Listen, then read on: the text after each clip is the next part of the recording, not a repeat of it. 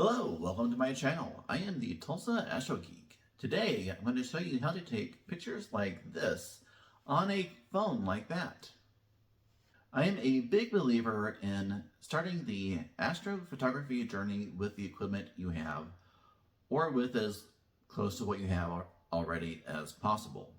I'm pretty sure you already have a smartphone, and you may well have a basic camera tripod like this laying around your house.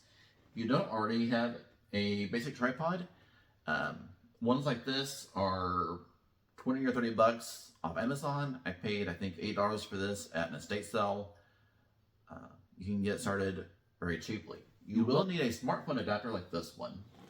Just clips into the phone. And the adapter itself simply attaches to the camera mount. Now, obviously, your results will vary greatly depending on what phone you have and how good its camera is. I use a Samsung Galaxy S21 Ultra. Google's Pixel phones also have good night modes for taking similar pictures. And I would guess that, recent models of iPhone or other flagship level phones released in the last few years should give fairly similar results to what I'll show you in this video. I will show you how to adjust the settings in the camera app. The details obviously will be specific to Samsung phones, but you should have similar settings in whatever phone you have, again, assuming it's a fairly recent, fairly high-end phone. You should know that you won't get the same results with a cell phone on a tripod that you would get with a dedicated camera on a tracking mount or attached to a telescope. However, you will be able to get nice wide-angle pictures of the sky and constellations. I do want to take a moment to talk about lunar or moon pictures taken with cell phones. There's been a lot of controversy, especially with Samsung phones like this one, where people have been taking what appears to be almost impossible pictures of the moon with their cell phones. Pictures like that. However, it has been revealed that the Samsung phones actually do moon detection. Once you get a really tight shot on the moon, it recognizes that and it kicks in AI post-processing that adds details to the image that just don't exist in the picture or often on the moon itself. So those pictures are impressive at first glance, but they're not actually real. All right, I will now switch to screen captures of the camera app and walk you through taking pictures of the sky with the Samsung Galaxy S21 Ultra. To get the most out of your camera's phone app, you'll need to go into the Pro mode. With Samsung's, you get there by tapping More, then Pro. For this first picture, I'm going to use the Ultra Wide mode, which gives you the most field of view. You will want to use the camera's countdown mode to reduce vibration to give a better image. I am taking a 30-second image. With the ultra wide angle, there shouldn't be a lot of star trailing at that exposure time. And you can see the image. It gives a nice picture of the sky. Pick up a lot more stars than you can with the naked eye. I'm now going to switch from ultra wide to wide angle. I would also like to take a moment to talk about the camera settings I'm using for these images.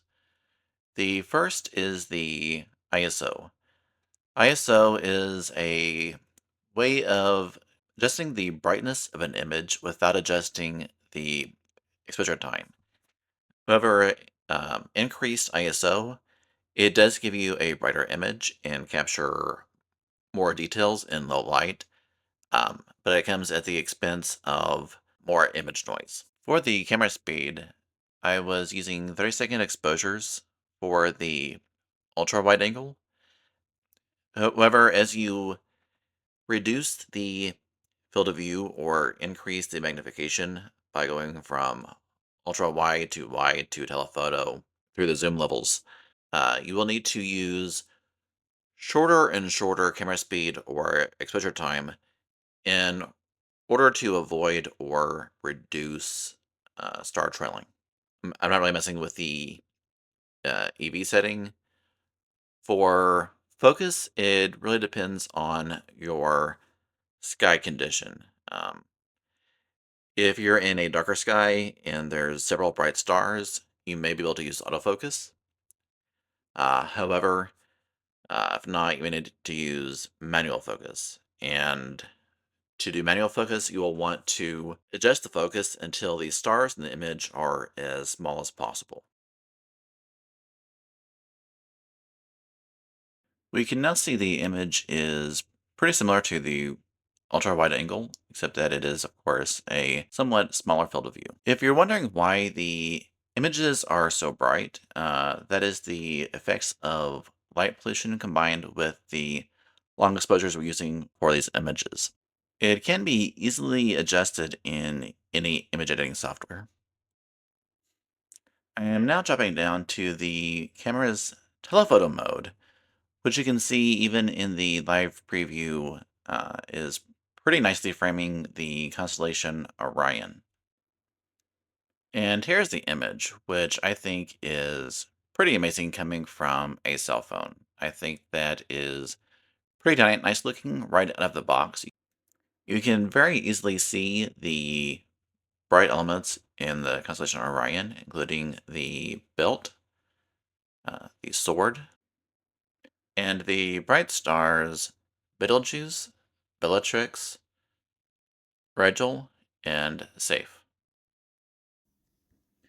I will now show how to edit one of the wide angle images taken from the imaging session directly on my phone using a free app called Snapseed. Simply tap the settings icon at the bottom. You select from one of the mini tools. We're going to start with exposure. And this app is very easy to use. You simply increase or decrease whatever the value is by dragging your finger along the screen. I'm going to go ahead and reduce the brightness a bit. Let's try about there. And let's look at let's try improving the contrast a bit, see how that does. So you see as I increase the contrast, the sky continues to get darker while the stars actually get brighter. Let's see, let's take a look at structure. See how that alters the image. So it appears to be doing a sharpening on the image. You'll see that as I really increase the structure, it does improve the sharpness of the image, but it also gets a lot noisier. So just want to look for a nice value. I think we're actually going to go for less structure in order to actually reduce the noise on the image itself altogether. You will notice that one of the things we're fighting as we adjust exposure and contrast is that there is some vignetting where the center of the image is brighter while the outside of the image, the outer parts are darker.